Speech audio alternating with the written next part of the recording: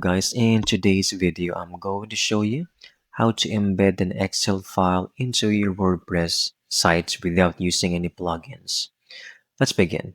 First, go to WordPress, click on Login, and sign in using your Google account for a quick access to your dashboards. Once in, click on the Edit side over here so you can access your page editor. Then I want you to click on the plus icon and look for the File tab, right? So we can now click on File, click on this, and drag this wherever you want it to be on your page, okay? So let me just show you. See over there. Then you can now easily upload or choose from your media library. Go to choose upload and select any Excel file on your PC.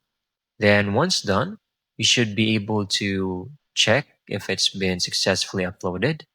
Then make sure to hit save over here so WordPress will automatically uh, save these changes for you. And on this section, you should also have the option or check to see if there's going to be a download link added for your visitors.